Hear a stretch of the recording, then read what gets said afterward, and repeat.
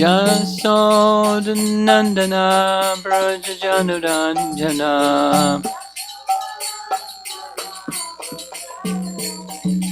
Jamuna Tira Vanachari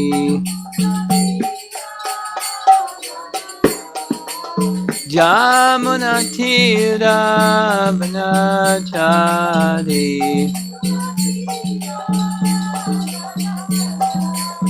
Jaya Radha Madhava Kunja Bihari Madhava Kunja Bihari Jaya Radha Madhava Kunja Bihari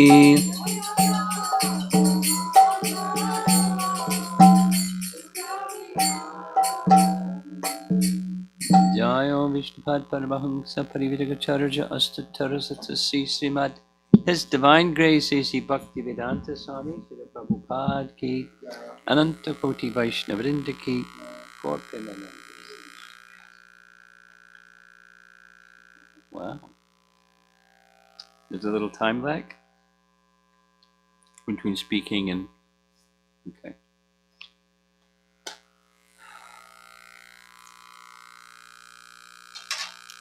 Because this is a continuation of a whole series, and some of the people, maybe some of you, have not been part of the series, it's probably a good idea to go back and do a little background of how we got to where we are. Yeah? And then we'll carry on.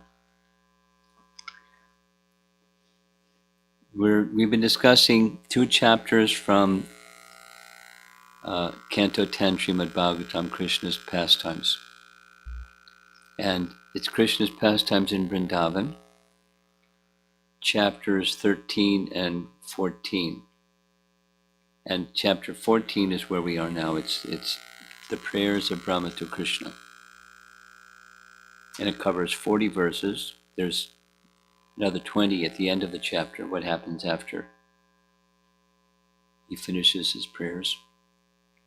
But the circumstance of his offering prayers is in the morning, the cowherd boys go out to the forest to herd the cows. There's a whole scene. Krishna's departing. Mother Jasoda can't let Krishna go, but she has to let Krishna go, but she can't let Krishna go because of her affection for Krishna. Finally he goes. And off they go, and they're playing and not really herding cows, they're just playing. They're doing what boys like to do, and the cows follow along because they have attachment from Krishna. That's what herding the cows is like. And then as they're going along in that morning, on the path they see a giant cave. And they think, let's go explore the cave. And they get closer to the cave, and it's not a cave. It's a big serpent lying in the road. And they think, let's go explore the inside of the serpent. And they go off into the serpent. And the purpose of the serpent, the Aghasura demon, is to kill Krishna. He was sent by Kamsa, and he has the capacity to assume different forms, so he assumed that form. So, long story short, Krishna enters into the mouth of the Aghasura demon. He closes his mouth, and Krishna expands his body. One of his mystic powers is he can become bigger than the biggest.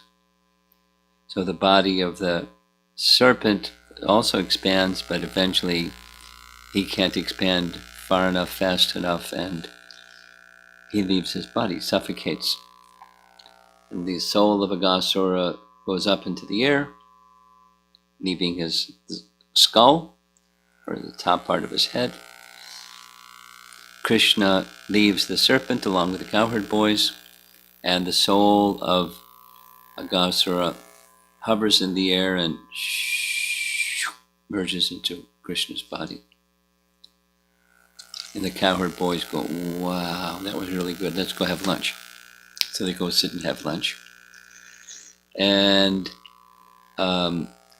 Brahma happened to visit Krishna at that very time.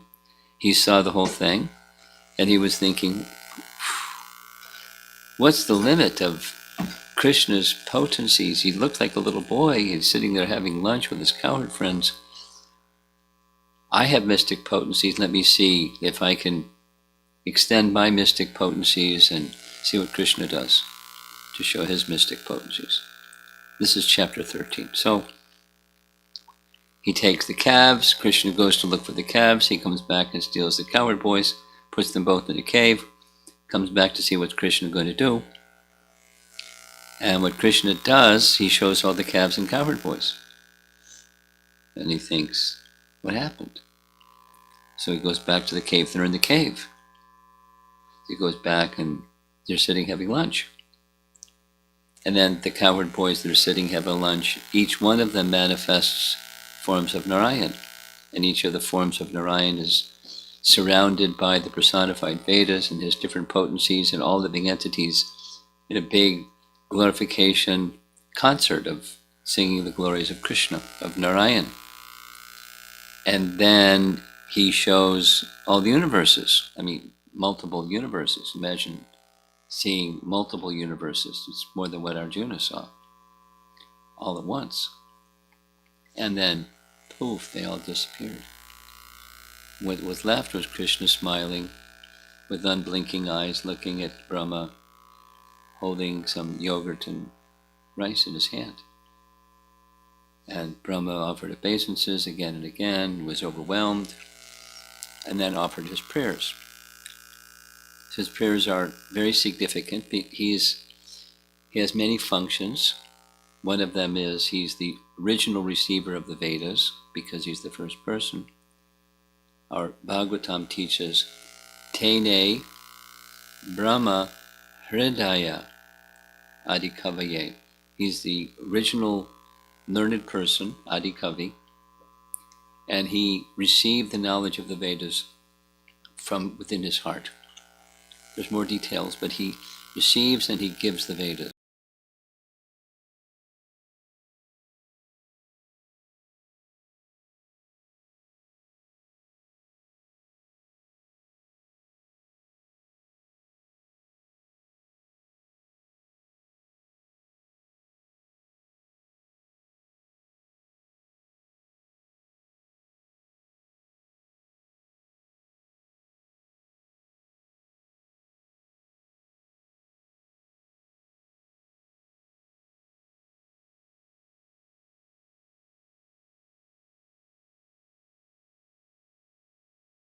Can't stretch to understand transcendence. Bhakti alone can achieve that. He expresses great humility. I was impudent, testing my powers against your powers. Shame on me.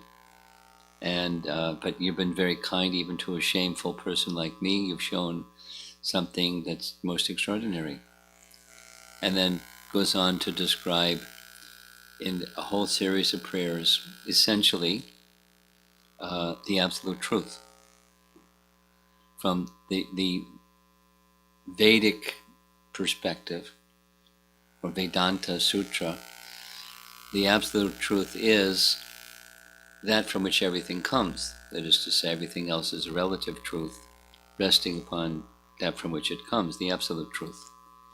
So in various ways he describes Krishna as the absolute truth.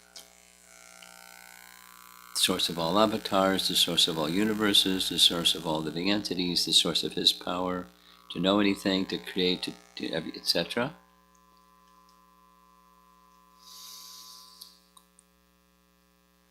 And then there's a section that we're in the midst of now, where he, our acharyas say, he plunges into an ocean of Braja Prem. He starts glorifying the great fortune of the residents of Braja, because they have constant association with Krishna. Because they're like Krishna, their forms are all spiritual. they have spiritual senses, and so they can see and understand Krishna not by speculative powers, but by their power of devotion. And he goes on in various ways describing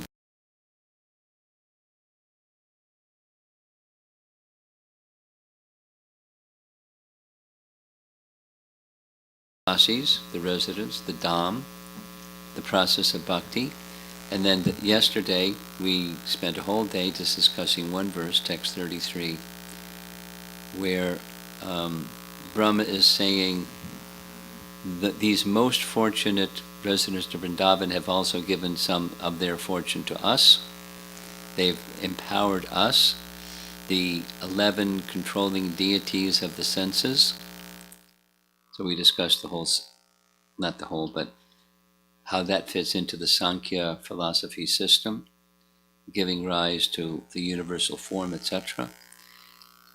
The Brijbasis empower through their senses us, these 11 presiding deities of the senses, to experience Krishna. Through their senses we can experience Krishna. They've given us that empowerment, that mercy. So those most fortunate souls have made us also fortunate in that way. Because otherwise we, the demigods, the presiding deities of the senses, don't have the capacity. Our senses are material. And material senses can't perceive the sweetness of Krishna. The residents of Vrindavan can experience without our help, and they're being merciful to us. So that's where we ended. Text 33. Audio problem? So what do we do? Just pause? Okay. Well, at least for those of you that are not familiar with the story, now you're up to speed. You know the story.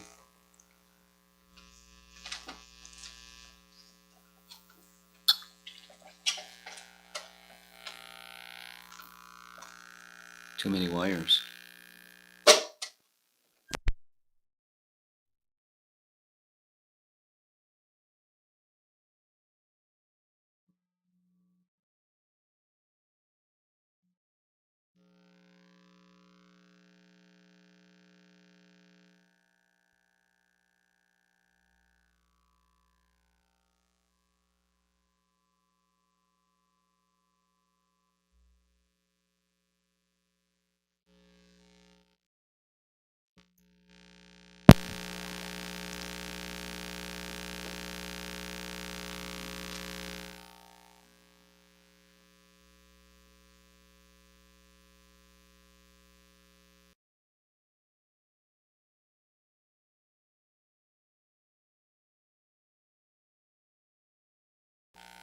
Should I speak so you can see if it's being broadcast?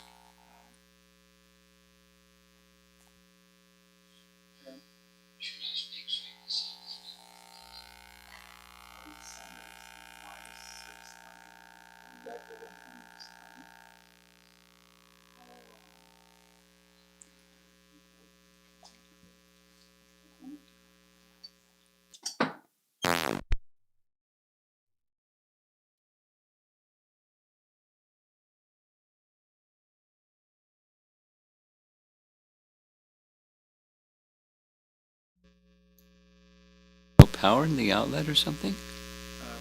Don't bother to explain. I don't.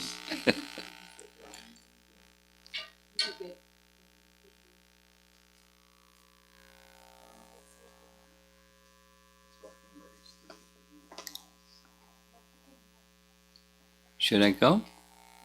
Go ahead. Om Namo Bhagavate Vasudevaya.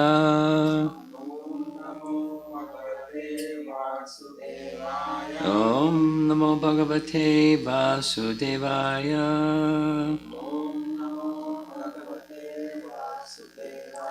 Om Namo Bhagavate Vasudevaya.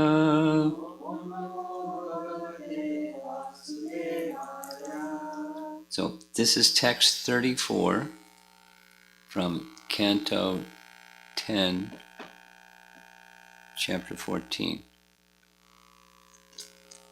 where Brahma is speaking of offering prayers to Krishna. My greatest possible good fortune would be to take birth, whatever, in this forest of Gokula, and have my head bathed by the dust falling from the lotus feet of any of its residents. Their entire life and soul is the Supreme Personality of Godhead, Mukunda, the dust of whose lotus feet is still being searched for in the Vedic mantras. I'm going to read the purport and then some of the commentary of our acharyas. It's very nice. This verse indicates that Brahma desires to take birth even as the smallest blade of grass in Vrindavan, so that the holy residents of the Lord's abode may walk upon his head and bless him with the dust of their feet. Being realistic, Lord Brahma does not aspire to directly achieve the dust of Lord Krishna's feet. Rather, he aspires the mercy of the Lord's devotees. Srila Vishwanath Chakravarti Thakur explains that Brahma is willing to take birth even as a stone in a paved footpath in the Lord's abode. Since Brahma is the creator of the entire universe, we can just imagine how glorious is the position of the residents of Vrindavan. Paragraph. The Lord's devotees achieve their exalted position by unalloyed devotion and love. One cannot achieve such spiritual opulence by any puffed-up material process of personal improvement. In Krishna, the Supreme Personality of Godhead, the Krishna book, Srila Prabhupada reveals the mind of Brahma as follows, quote, "But if I am not so fortunate as to take birth within the forest of Vrindavan, I beg to be allowed to take birth outside the immediate area of Vrindavan, so that when the devotees go out, they walk over me. Even that would be a great fortune for me. I am just aspiring for a birth in which I will be smeared by the dust of the devotees' feet."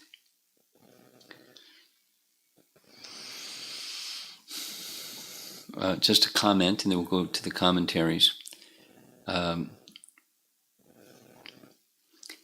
One of the Brahma Samhita verses starts, Chintamani prakara sadma sukalpa vriksha. So it's explained that the spiritual world is like things here are made of bricks and wood and stone and metal and things like that, houses. There, everything is made of conscious Chintamani stones. They're effulgent and they're conscious. Everything in the spiritual world is conscious. That's like hard to appreciate. There's a wall, there's a door, there's a kitchen sink, and everything in the spiritual world, that they have such things, but they're all conscious. It's hard to understand. It's not within our experience, for sure. But everything is conscious. So take birth as a stone, that means stones are inanimate. But in the spiritual world, they're animate. Everything. They're conscious. It's a place of consciousness. Serving Krishna in different ways. So, commentary. Start with Vishwanath.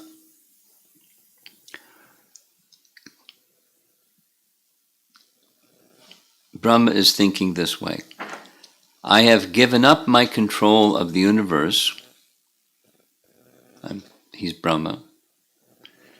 And the quest for future liberation. But now, how can I get the dust of the feet of the inhabitants of Braja? Thinking thus, Brahma speaks with certainty. Let me have good fortune.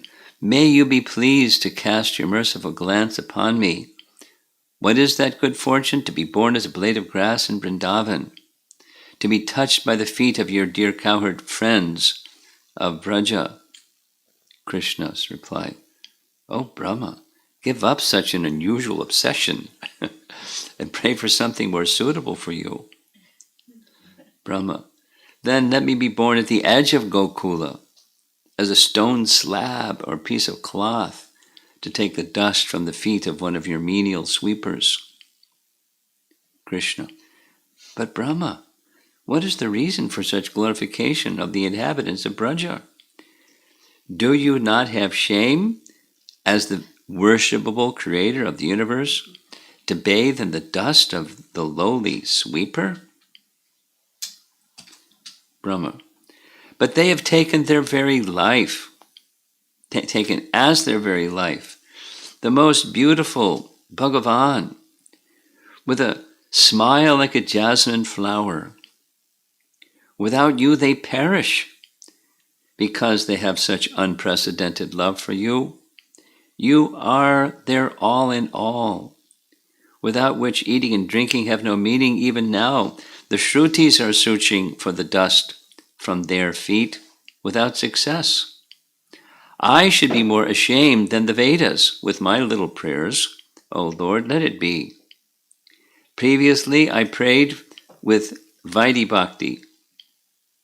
Now I pray to be immersed in the ocean of the nectar of Raganuga Bhakti, having become the loyal follower of the inhabitants of Braja."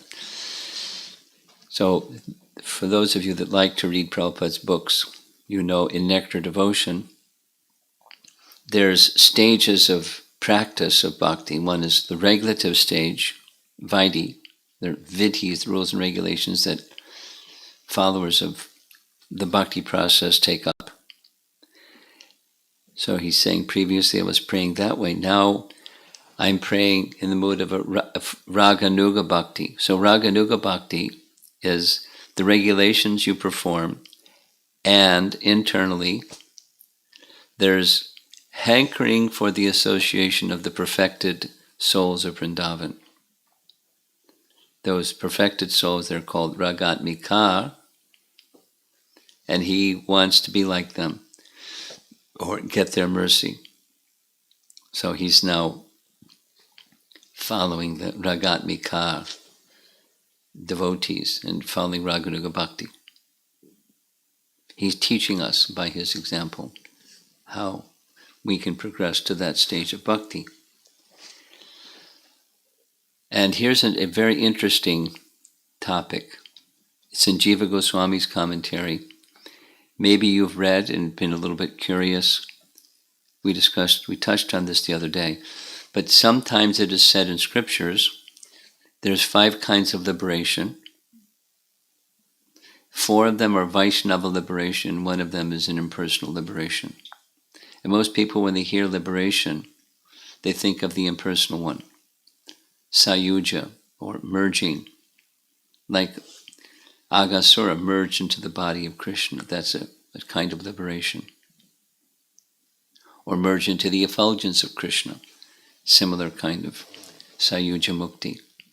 But then there's 4 types of liberation that are Vaishnava liberations. Salokya Mukti, achieving the planet of the Lord. Sarupya Mukti, the inhabitants of Vaikuntha, they have forms like the Lord's, Sarupya. Sharshti and Samipya, they have opulences like the Lord. They have intimate association with Him. So, those are Vaishnava liberations. Now, sometimes it is said that the devotees of Krishna, if they're offered these kinds of liberations, they reject them. And that may be puzzling. If someone said, "Come on back to Godhead," you said, no thanks.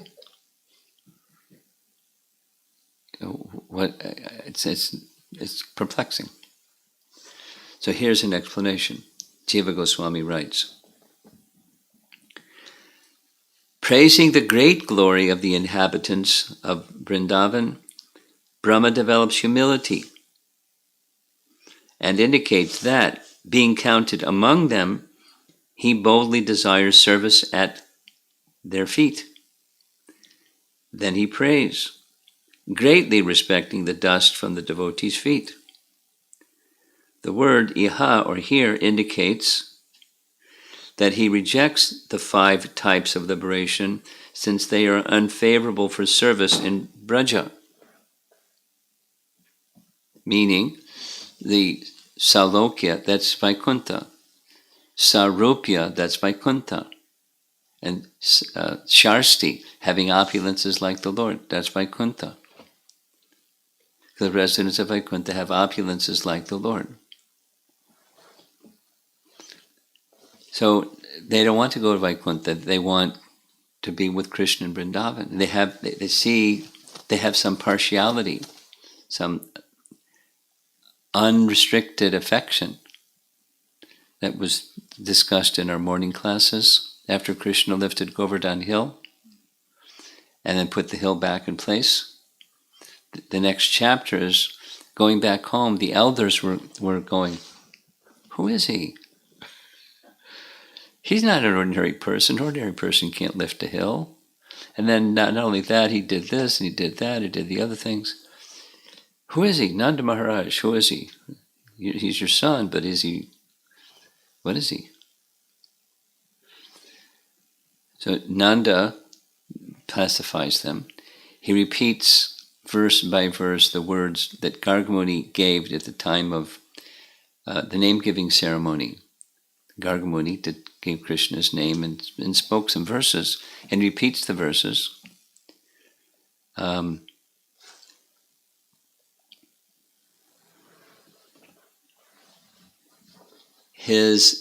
Krishna's position is in different births. He's appeared as avatar of this complexion, because he says in different incarnations he appeared as red, white, and yellow, and now he's blackish.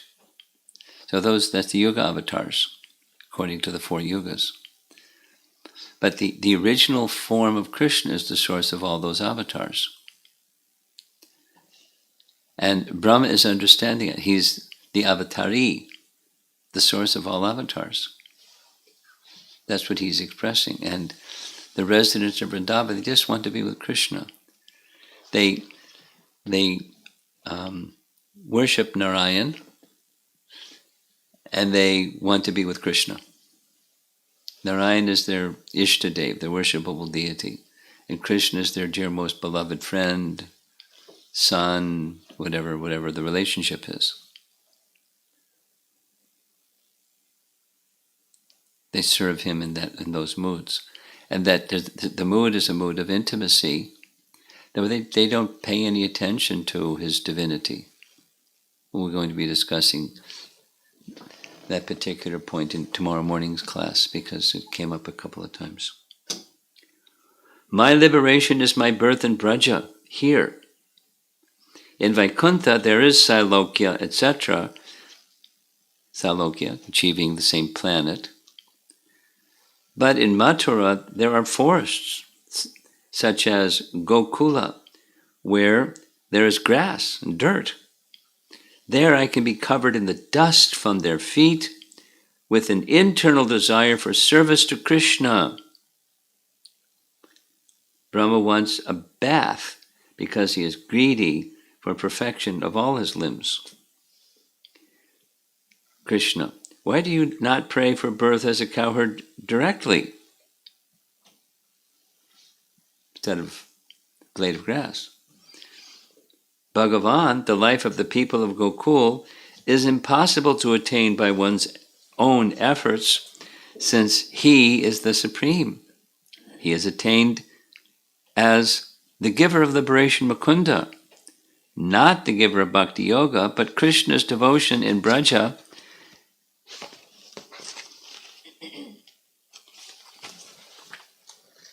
cannot live for a moment without bhakti yoga. Thus the name Mukunda is uttered out of the greatest prema. How should I attain Krishna, who is so unapproachable by other methods and has prema, which is difficult to attain? Since you appeared, your foot dust is directly visible to the Upanishads now. How can one estimate the glory of that dust? Its glory has no end. Words cannot describe him, quoting the Upanishads.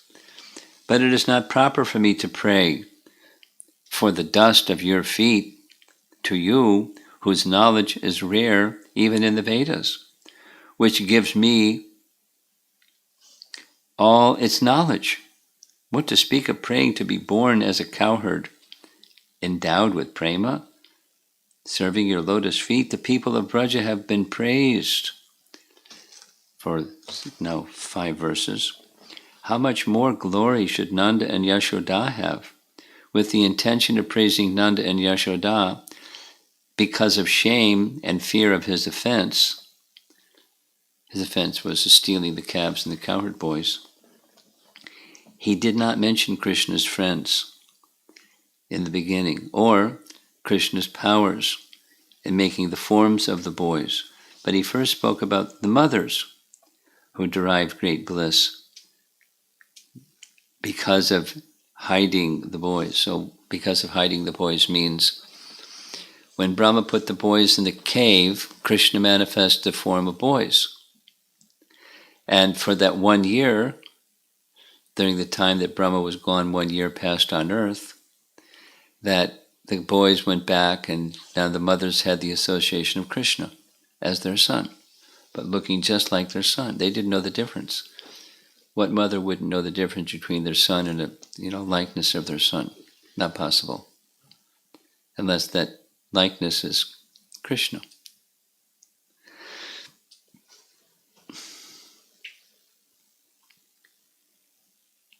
One more commentary and we're done for this evening. This is Sanatan Goswami, who writes, with a desire for bhakti like that of the people of Braja,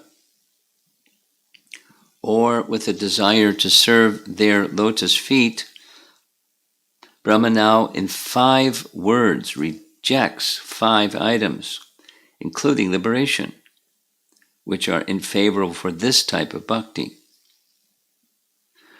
With the word janma, or birth, he rejects liberation. With the word iha, or here, he rejects Sarga, or heaven. With the word kim api, he rejects being a brahmana. With the word atavyam, in the forest, he rejects mathura. With the word gokule, he rejects tapovan and other forests. Kim api indicates he could be some low grass. That grass reaches perfection by being bathed in Krishna's foot dust, from head to foot. Out of greed, bathing indicates that all his limbs should be successful. This dust is full of all holy places. Krishna's foot dust is sought but not attained by the Shrutis at the same time when he appears in this world. And then his conclusion. Krishna is the life of all beings in Gokula. They cannot live without him for even a moment. This indicates the highest prema. Question: why should one pray to be born as some being among the inhabitants of Braja? Why not pray to be a cowherd directly? He alone is the life of all of them. It is unsuitable for me to pray for the dust of your feet, which is rare even for the Shrutis, which give all knowledge and are most ancient like me. What to speak of praying for birth as a cowherd, who can control your lotus feet by their great prema?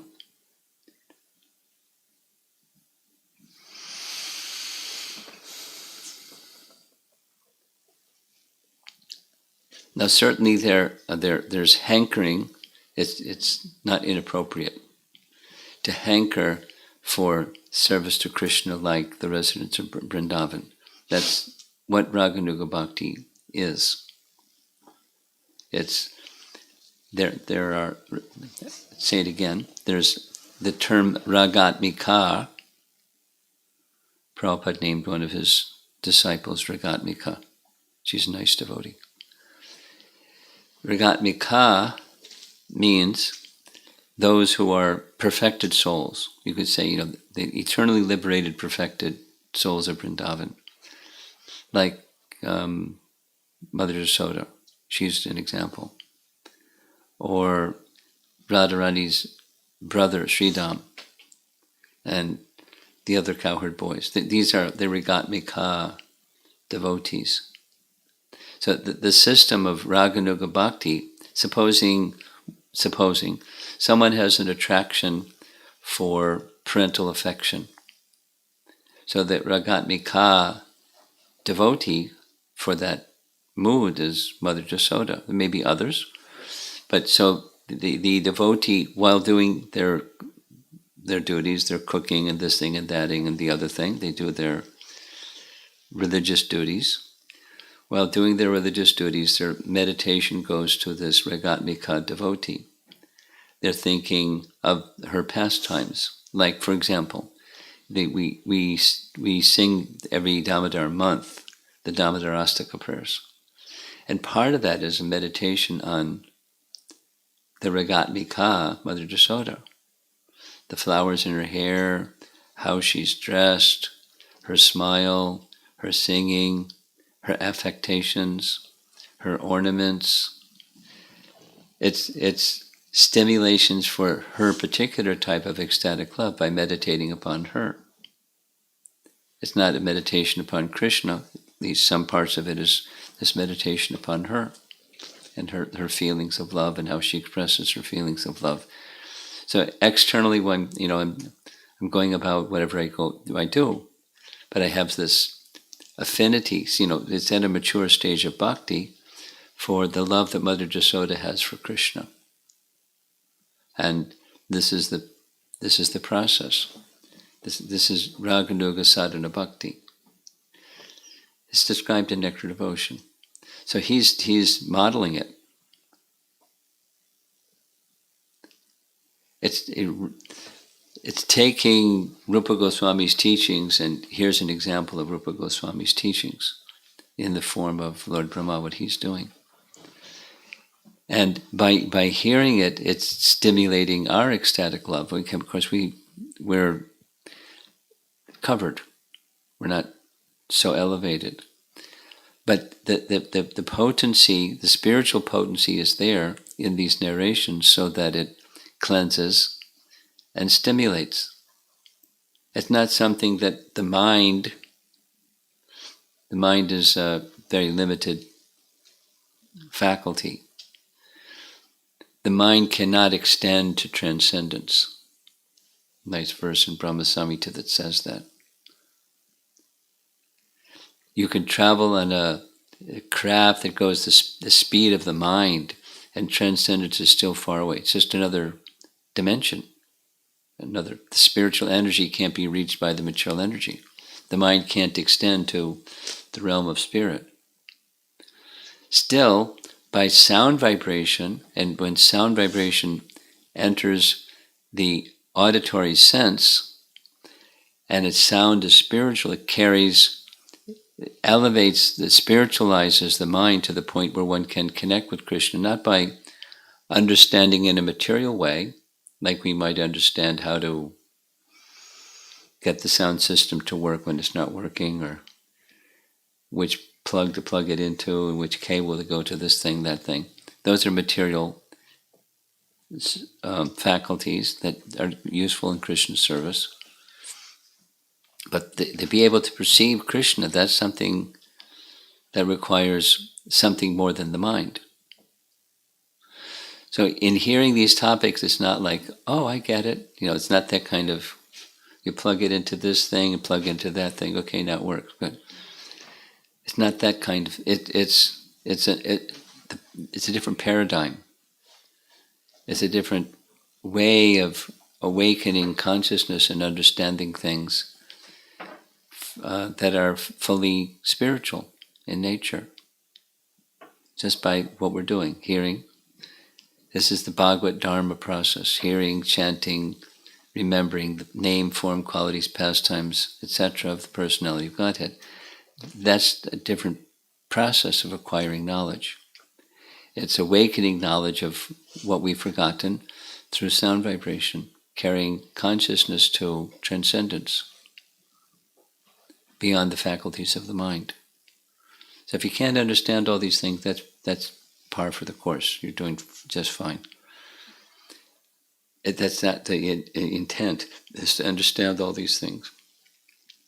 The intent is to elevate consciousness, purify and elevate consciousness, so that the sweetness of Krishna, the sense of, that palpable sense of Krishna's presence through sound is something you can experience. We have a long way to go even with that, but that's the paradigm, that's the approach. And when one has that connection with Krishna through sound, then everything that you need to know becomes known. The fullness of Vedic wisdom becomes known. That's what Brahma is saying. He manifests the Vedas. The Vedas are searching for the dust of the feet of Krishna, and he wants to get the dust of the feet of Krishna, which even the Vedas aren't able to reach. So his plan is, let me take birth as a blade of grass. And if I'm not eligible to take birth as a blade of grass in Vrindavan, then outside of Vrindavan. And just last, there's a very similar expression that's referred to often. Here's a quiz question. Outside of Vrindavan, who is the dearmost person to Krishna outside of Vrindavan? Starts with a U. Uddhava. Yes, Uddhava. He said? She said. She said. Uddhava. So it was Uddhava that was sent by Krishna to go to Vrindavan to deliver a message to the gopis, saying what he wanted to say in this letter. Then he read the letter to the gopis. And while he's reading, it's many nice things. While he's reading the letter to the gopis, Radharani's over there in her mood of madness, saying, talks to the bumblebee. Very famous section. But Krishna sent Uddhava so that Uddhava could understand the exalted nature of the resident of Vrindavan. And that was the conclusion, because he's very intelligent. He's superlatively intelligent, like Brahma. So he could understand how exalted. And he expresses that if I were to ask the gopis for the dust of their feet, they'd be too shy. They would just be embarrassed and run the other way. I don't want to make them uncomfortable, but I want the dust from their feet. So he underwent austerities, long time, so that he could become a blade of grass. And when you go to Vrindavan, have you been to Vrindavan? No? Once? I have been several times. Once. Next time you go to Vrindavan, be sure you do parikrama around Govardhan Hill. And when your feet are like wasted and you're out, you're almost at the other end, but you're not there yet, you'll get to a place called Uddhava Kund. You're going up the western side of Govardhan, and it's on the right, because Govardhan is on your right. And there's a place, Uddhava Kund, where this wonderful pastime took place. That's where Uddhava became a blade of grass. And then it's connected to, after Krishna left the planet, the queens of Vrindavan wanted to visit Vrindavan. The queens of Dwarka wanted to visit Vrindavan. So they were taken there, and when they reached Govardhan Hill, they came to that same place, that Uddhava Kund, and they were advised, sing the glories of Krishna. And as they started singing the glories of Krishna, Uddhava came out of the blade of grass just to hear the singing the glories of Krishna. And then they realized, how elevated is this place? Because they knew Uddhava from Dwarka.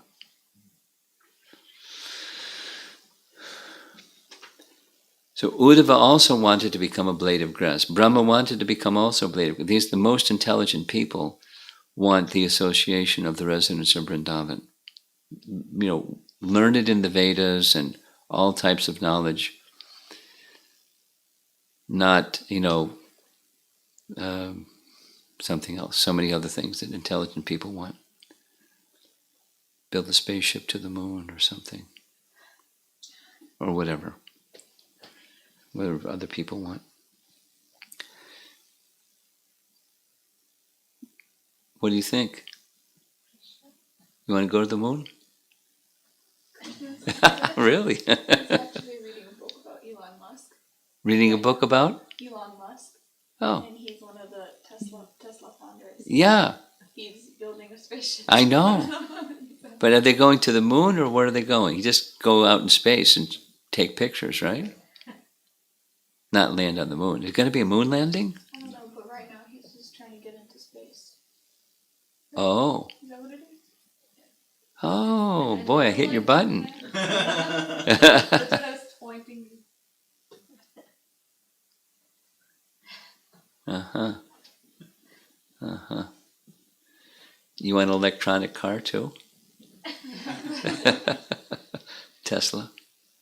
Okay. You have to wait a while though. What color do you want? White or red? Blue? Orange. Wow. Got it all picked out. Okay. Well, Brahma is more intelligent than Elon Musk, and he wants he wants the dust of the feet of the residents of Vrindavan, because he's beyond going to the moon. He's created the whole universe, including the moon and everything else, and he can make as many of them as he wants. But that's not what he wants. That's what we're hearing. This is the most intelligent person. When we had this long class yesterday, that was a little complicated. Of the 11 deities that preside over the senses, Brahma is one of them, and Brahma presides over the intelligence. Without Brahma, without the presiding deities, the senses can't do anything. Without Brahma getting the power from Krishna to empower your intelligence to understand anything you can understand, you can't understand anything. Intelligence is non-functioning. Not necessarily broken, but just not functioning. And he wants the dust of the feet. So it's significant. And Uddhava, it's significant. And does it mean literally? It means literally, because that the feet in Vedic culture, the feet are considered the lowest part of the body, not just because they're touching the ground and therefore not the same as the upper parts of the body, but it's not clean. So the feet are to be washed before entering a temple when you've been walking barefoot outside. So there's a foot wash commonly before entering a temple. And so forth. But when one wants the dust from the feet, those particles of dust from the feet of the resident of Vrindavan, or just some dust in Vrindavan, Braj, the dust of Vrindavan, it's the spiritual world. It's all spiritual potencies are there. And especially with the residents of Vrindavan, their love for Krishna is so strong. So just dust from their feet, please. That's his hankering.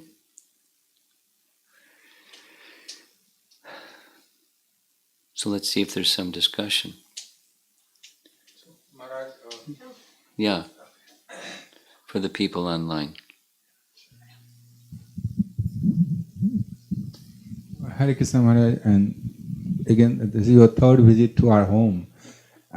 And we're very, very fortunate even this difficult time we have you here. So again, thank you for first of all coming. And the question I have is this position to have a desire to be the lowest part in Vrindavan. The subtle meaning is that the servant, a service position should be Yes. so humble that Yes. I'm nothing, right? The lowest. Yes. Trinadapi Sudicena. Same. Humility to the max. That's the meaning. It's a mood of humility and wishing to be in service. Get mercy and to serve. That's the mood. And it's those that are... I just sent out, there's this nice little exchange with Prabhupada. One of his disciples was named Revati Nandana. And Revati Nandana was saying to Prabhupada, you are more exalted than the Paramahamsa, which is the topmost stage of spiritual life. And Prabhupada said, no, I am lower than you. And then Revati Nandan said, Prabhupada, you're beautiful. You're in such an exalted position, and yet you're wanting to place yourself lowly below us and serve us. And then Prabhupada went on to say, I am lower than you. And then he continued in that same mood. And then he said, if there's any credit to one who's so lowly, it's fulfilling the instruction of the spiritual master. And if one can fulfill the instruction of the spiritual master, then that person becomes glorious, even they may be lowly. Those aren't exactly his words, but that was the message. So it's very instructive. While feeling oneself lowly or tiny or small or not so significant, spiritual humility, still wanting to be the instrument to carry out instructions, superiors' instructions, spiritual masters' instructions. And that makes one glorious. That's the gloriousness. Humility plus mercy make one glorious. Okay. Something else? Yeah, a follow-up question, Maharaj. So this humility, people get the service, the perfection in service. The highest level of humility will increase the perfection in service. Then who are the individuals who get become associates of Krishna, like their Krita Punya Punja. You know that phrase? No? Shukadev Goswami spoke the phrase, and Prabhupada repeated it over and over and over and over. That is, he's speaking about the cowherd boys playing with Krishna, and then he just goes into the swoon and says, who can say how these persons became cowherd boys? They must have been engaged in pious activities for many, many lifetimes. But it's not pious, material piety is spiritual merit. And with spiritual merit,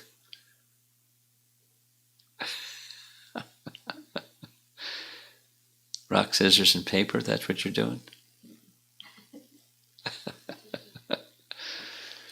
Okay. With spiritual merit, then what cannot be achieved, anything can be achieved. So, something else.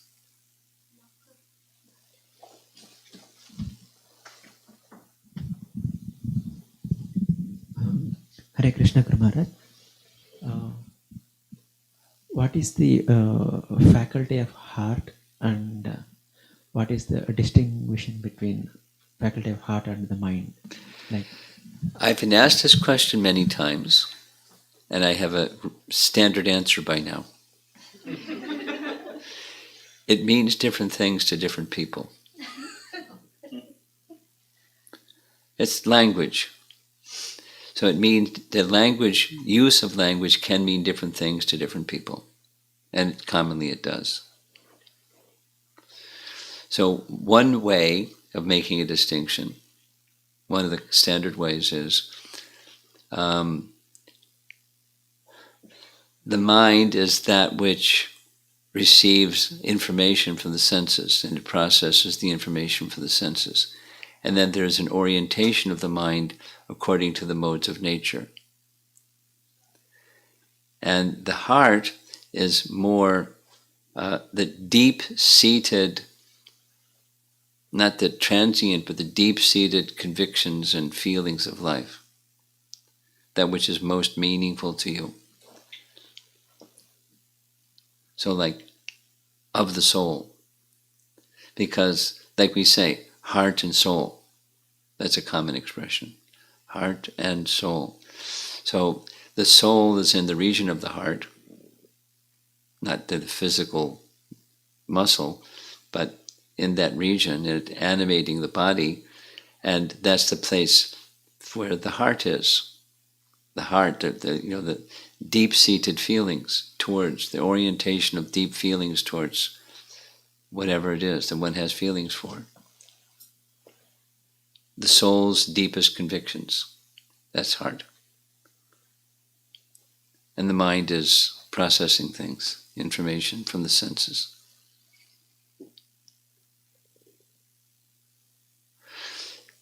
Here's another way, it's similar but somewhat different. When we're chanting, there's something the body does, something the mind does, and something the heart does. The body is, the tongue and the lungs, and you make a sound in your ears, you're hearing the sound. That's body, good posture and stuff like that. Then the mind is the attentiveness to the mechanical thing that's being done. The body, the mind is our attentiveness, being hearing. The sense goes to the mind. Sense input, data, information goes to the mind. I was, the last day or two, I've been watching a video. It's a 2-hour kirtan by Madhava in Radhadesh. They call it Radhadesh Mellows or something like that. They have a kirtan, 24-hour kirtan thing or whatever it is, once a year. So it's just in January this year. And for nearly an hour and a half, it was amazing. His eyes are closed for an hour and a half. His eyes aren't doing anything. It's just his ears. And I can only imagine what's going on in his mind. He's immersed. His mind is immersed in the sound. That's the mind. But then you do that for a while and it starts to move the heart. The deeper feelings towards the object of that sound, that's Krishna. So that's the heart. Listen from your heart. But yeah, it takes a while to listen from your heart because you got to get your, the senses and the mind in order. But then align the senses and the mind with the heart. Okay? It can mean different things to different people.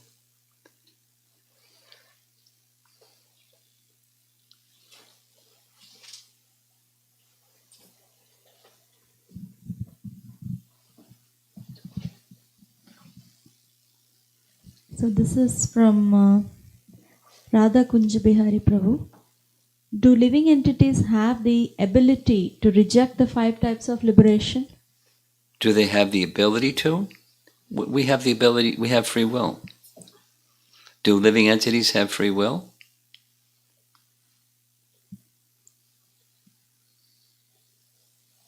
And he rephrased the earlier question that he had asked yesterday about upadhi. As devotees, we are required to shed our upadhis to realize our true identity. So now, when Krishna loves to have relationships with devotees in different moods or different rasas, isn't Nanda Maharaj thinking as that he is the father of Krishna and Upadhi? No, because that's who he is. In the spiritual sense, he's not the biological father, but in the spiritual sense, it's not an upadhi. Any more than Krishna is, the upadhi of Krishna is that he's the son of Nanda Maharaj. Nanda Nandana. That's an upadhi. No. And this is Atulya Mataji's question, similar to Shyam Prabhu's question here. What would it mean to me to be a dust or grass in Vrindavan? What does it mean? For me. For you, it means lots of humility. That's what it means. And you get mercy. That's these 2 things, humility and mercy, submission and mercy. That's what it means. This Hema Suryavanshi Mataji. How to understand and follow humility? If I think that I'm insignificant, lower than everyone, I'm not resonating with it much. How to deeply follow and get humble attitude? Well, first of all, real humility isn't just feeling lowly. Real humility is a spiritual conception that says, I'm very tiny. I'm this tiny spark of Krishna's fullness. Tiny in that sense, not lowly, like low self-esteem kind of tiny. Not that. And in the grand picture of everything, how significant am I? Quite insignificant. But the good news is there's intrinsic worth within me because I'm part of the supreme, lovable personality of Godhead, source of everything, Krishna. That's my intrinsic worth. And one can bask in the joy of that intrinsic worth. And that's spiritual humility.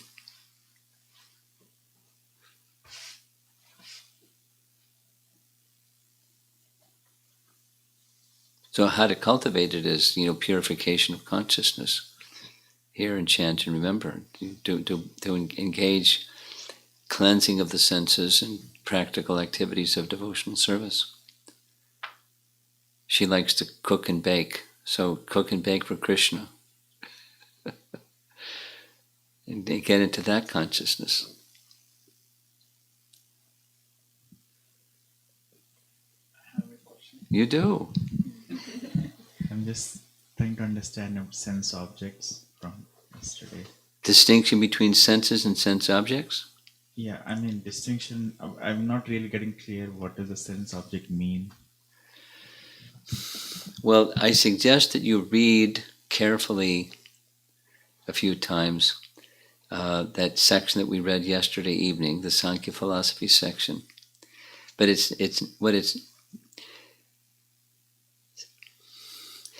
there's a just like how to say this properly.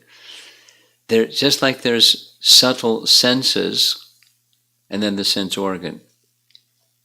Let's say the power of locomotion and legs. Supposing you lose your legs, they get amputated or something. You still have power of locomotion. You can find a way to get from here to there by power of locomotion. So there's the sense and there's the sense organ. So there's a distinct, we can say, subtle sense and the sense organ, gross or physical or phenomenal sense organ. So then sense objects, there's also the subtle sense object, and then there's the gross sense object. Gross come from subtle. This is Sankhya. Gross come from subtle. So the sense objects are subtle in the Sankhya system. And then from the subtle comes the gross. It's just like from the universal form comes stuff, comes the universe. But who's seen the universal form?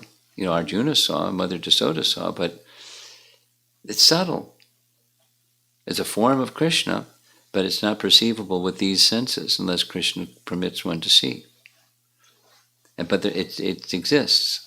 So sense objects are subtle. And then from the subtle comes the gross. And that's what Brahma does.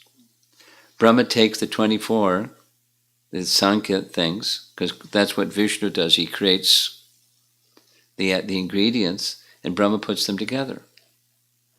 So Brahma knows how to make the subtle into gross, and voila. We don't know how to do the voila thing. But he does.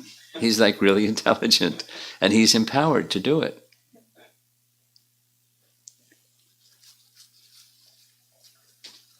But it's not like, going to the Ford Motor plant and putting the car together and then you drive the car away. It's not like that. It's subtle to gross.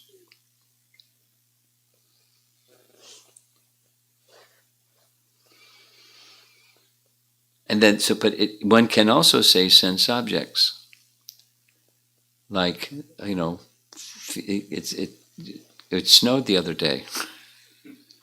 It feels cold, and you can see the snow, and so the senses, the sense of touch and the sense of sight and so forth. So those are the sense objects are out there in the gross form, but they exist because of the subtle form. That's the point I want to make. Sankhya is in this subtle realm, and mixing it makes all the gross stuff. So anything we see is that sense objects, gross sense objects. Like, let's say sound. That's a sense object. The sound in ether, like it's a little mysterious.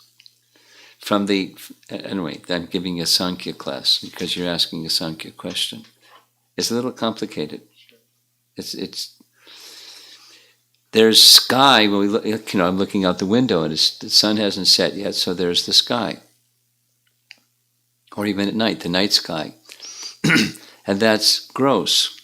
But the sky and the sound that's within ether is subtle. And it has its gross manifestation. Like,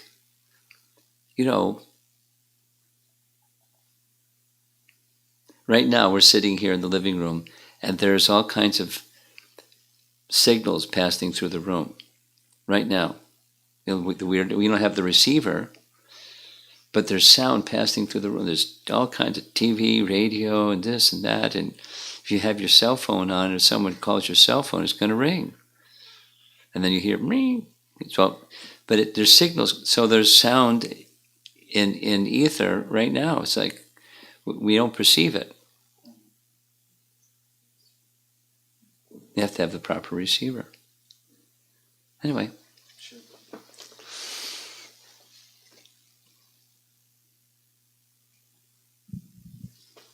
So this is from Sri Radhika Mataji. Just now you explained the alignment of the heart and mind during chanting. Yesterday you spoke about how the gross elements come from subtle. Yes. Even before the body is created, false ego exists. Yes. to use the cliche, we are starting on the wrong foot. We're doing what? We are starting on the wrong foot. Well, we wanted it. So, how does one properly align this oldest of friends, false ego, during chanting?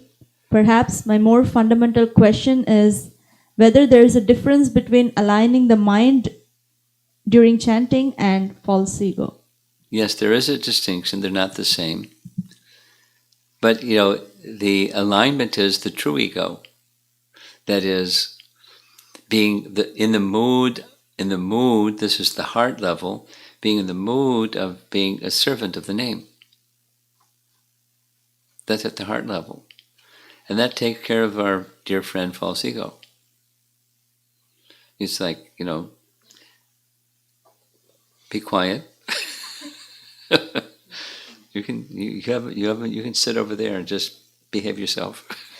I'm going to serve Krishna. And then, there'll be some complaints. You got to serve me. Sorry, I'm going to serve Krishna. So it's by the commitment to be the servant of Krishna, servant of the name. And that's how the alignment of false ego is like to the side. Okay? Kasturi Manjari Mataji's first question. Can one hanker to serve a Ragatmika Bhakta at any stage, even at a neophyte level, when one has no understanding of one's Swarupa? How is that possible? The short answer is, gosh, absolutely not. Go ahead. And the second question, a small clarification. Are the Gopa friends of Krishna Nityasiddhas? If they are Nityasiddhas, then how to understand Krita Punya Punja? Well, some are getting trained.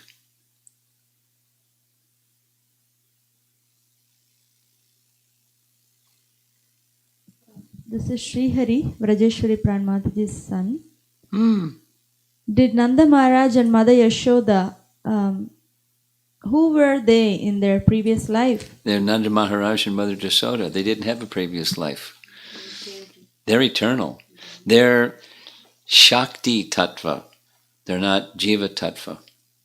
Living entities are Jivas, and they're Shaktis. They're just eternally mother and father of Krishna.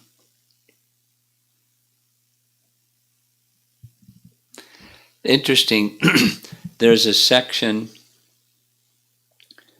Drona and Dara. It's a long, not too easy to understand, but it's directly in the verses of the Bhagavatam, spoken by Shukadev Goswami. These are personalities who aspired for the position of the parents, mother, father of the Supreme Lord. So their partial expansions became part of the mother and father of Krishna. And after Krishna's departure, they returned to their abode. It's high technology. It's very not easy to understand. Go ahead. This is Amritakeli Mataji. We see that Lord Brahma has offended the Brajavasis and Krishna by kidnapping the cowherd boys and calves.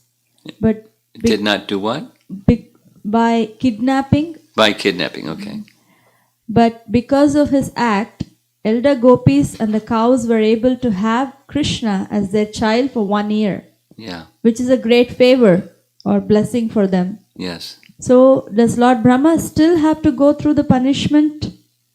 Do we understand this as Krishna fulfilling multiple objectives with one action? The last question is yes, multiple objectives through one action. And yes, what he did was not right.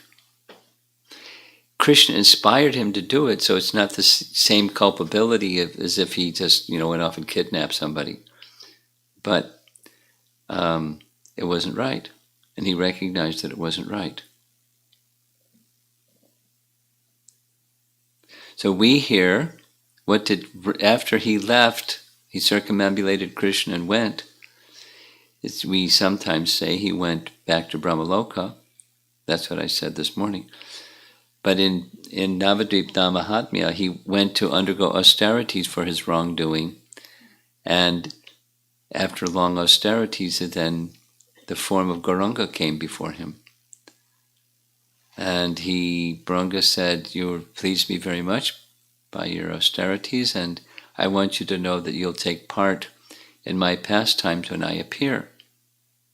And then Brahma said, "You're very merciful, but I don't want to make the same mistake again, so please give me this opportunity to serve you from a very humble position."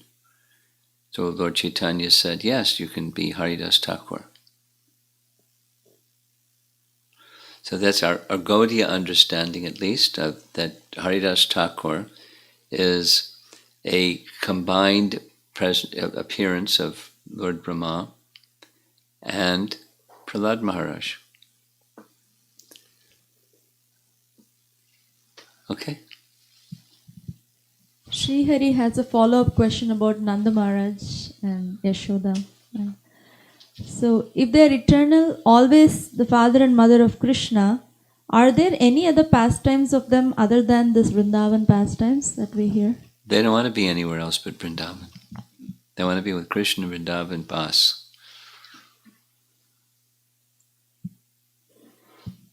So this is Kasturi Manjari Mataji again. Clarification.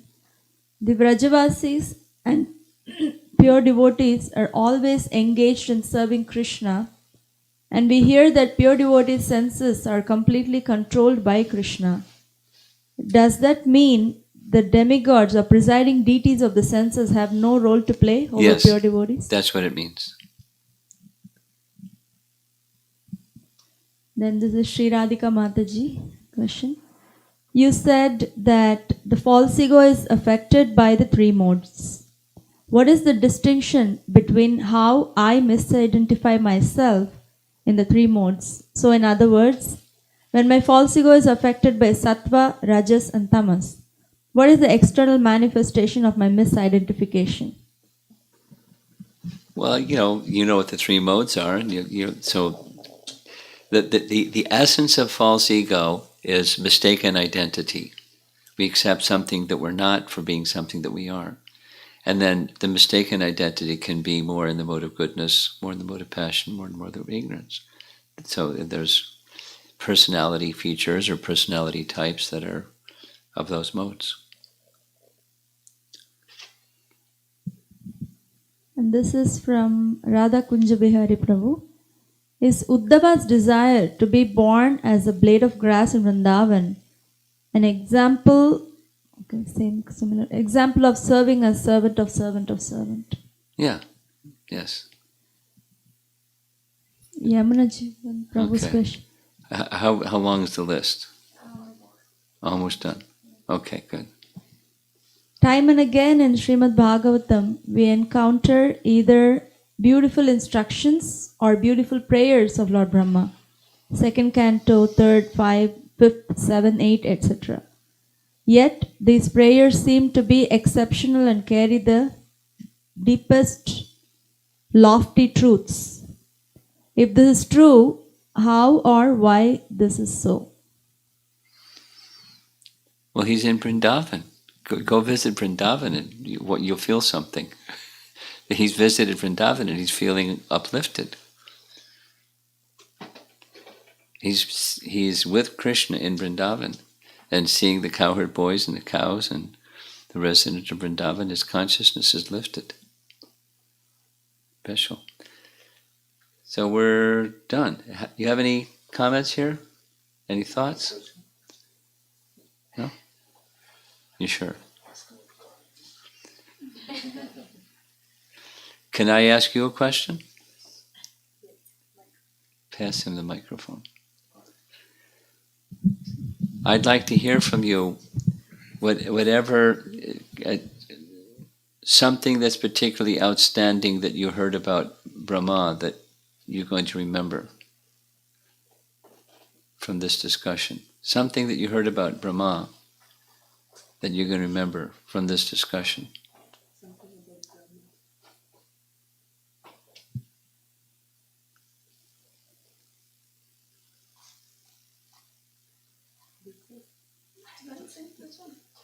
He's thinking.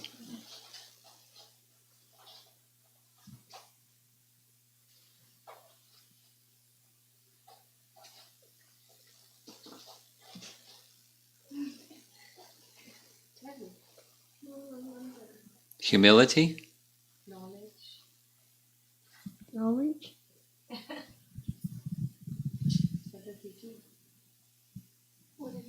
He wanted to become a blade of grass to catch the dust from the gopis' feet. You know that 3 arrow which Ram Bhagavan was going to make? Tell about. You don't know Brahma, right? What did he do? What was his name? He's very shy. Super shy. Okay. You let me know later. Okay?